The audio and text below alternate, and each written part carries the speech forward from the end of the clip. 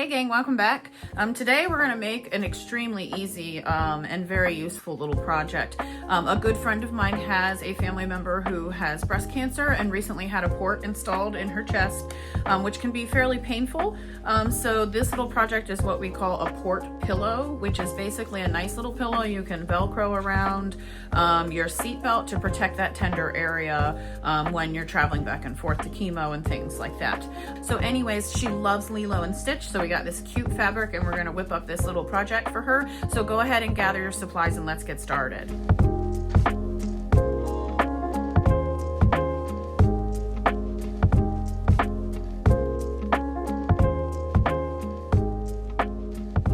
All right, you guys, this project is ridiculously simple. So this is all you're gonna need to complete your project. You're gonna go ahead and cut your fabric into 4 rectangles. 2 of them need to be 5 by 7 inches, and the other 2 need to be 4.5 by 7 inches. Aside from that, all you're gonna need is some filler, some fluff for your pillow, and whichever type of Velcro you prefer. I really like these larger, thicker pieces of Velcro just to give you a little more adjustment and wiggle room when you're velcroing your flaps around your seatbelt. But if you can't find that, you can always use regular hook and loop, and you of course could use 2 strips of this and just butt them up side by side to make a thicker area of Velcro if you prefer.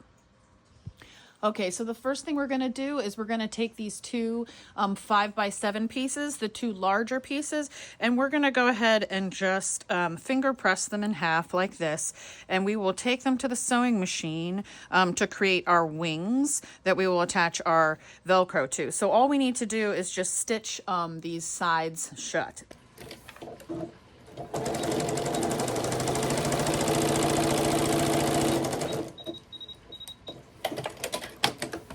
There we have one side. I'm just flipping it over, working from the fold down to the open edge.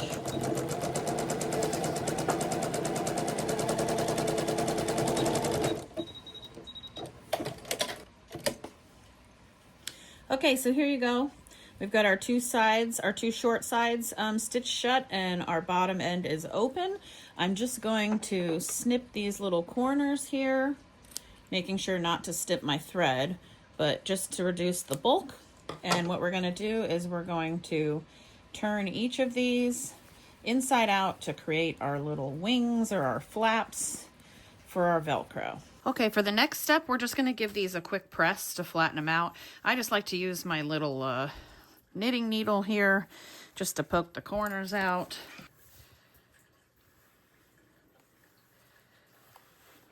All right, great. There we go. All right, for the next step, we're just going to take our smaller rectangles and sandwich all of our layers together. So I'm taking my one little side wing here, and I'm just placing it in the center. And I'm taking my other little side wing here, lining it up on the other side. And then I'm going to take my last piece, and I'm going to turn it right sides together, just to sandwich all of that. And we're going to go to the machine and we're going to run a stitch just from here around the corner, up, over, down around the corner, leaving a space big enough for 2 or 3 fingers so that we can turn this inside out after we've stitched it shut.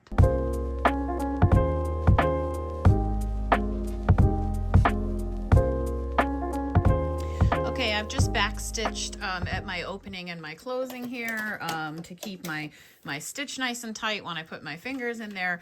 The other thing I'm going to do is just right here where I have the area where my wings are attached, I'm going to run a second stitch just for stability's sake. You know, if you're using that Velcro and pulling it on the seatbelt, trying to keep it tight, these seams might get a little stressed, so it doesn't hurt just to add a second stitch. So there we go. Okay, so here we have our nice little package. You can see I've ran the stitch all the way around the outside edge, double stitching where the wings are attached. The next thing I'm going to do is I'm just going to snip these little corners again, just to reduce the bulk when we turn this inside out. All right, so we're just going to stick our fingers up in here and gently turn this out. Again, I like to use my knitting needle, get up in there so I can get my nice tight little corners poked out. There we go. And we can go ahead and press this flat as well.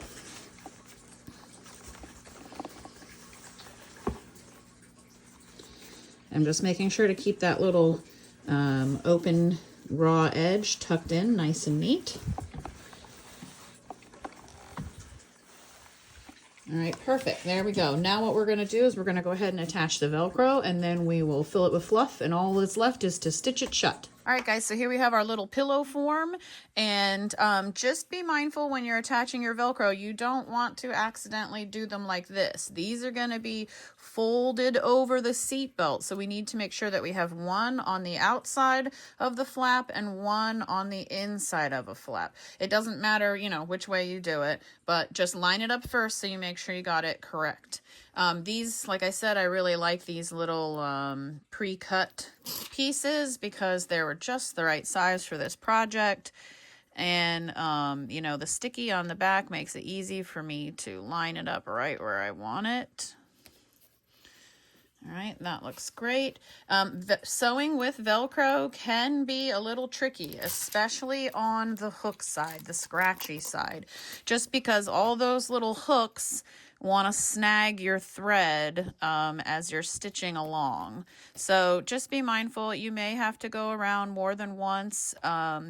If you have Velcro that has a little ledge here that doesn't have the hook or the loop on it, go ahead and do your best to run your stitch down the ledge. Mine doesn't, so we're just going to have to go for it. I did go ahead and make sure I have a sturdy needle so it can punch through the plastic. You know, you can use a jeans needle or just a good universal needle that's not too thin. And I did go ahead and change to my walking foot. If you have a walking foot, because it lifts and pulls slightly different than a basic foot, it can aid a little bit in helping that Velcro run through.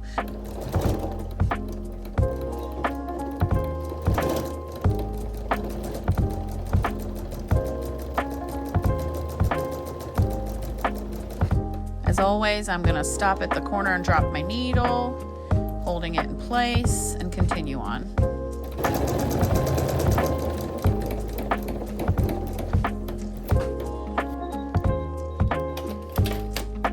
All right, there we've got one side.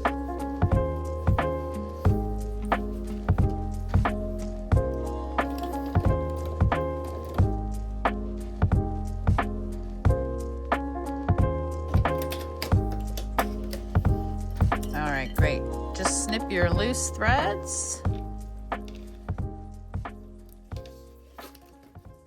All right. That looks great. Oh, and it's nice and sturdy too. Perfect. All right, this is looking great. We got our nice sturdy Velcro flaps on here.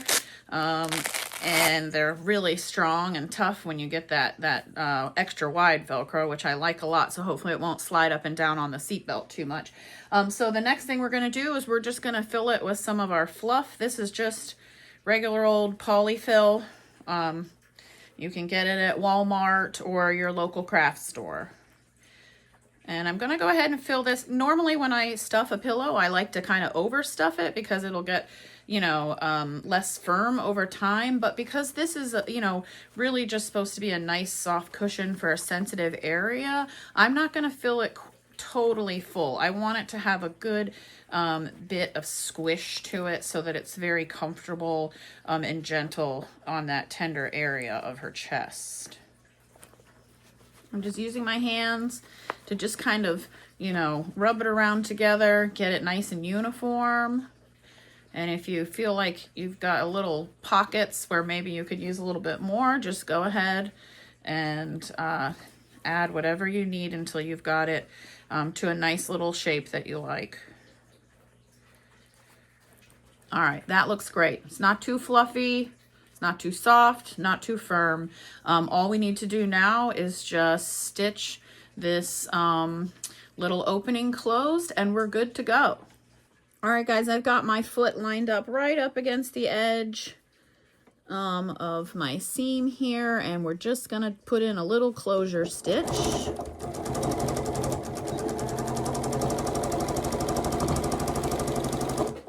making sure we catch both layers.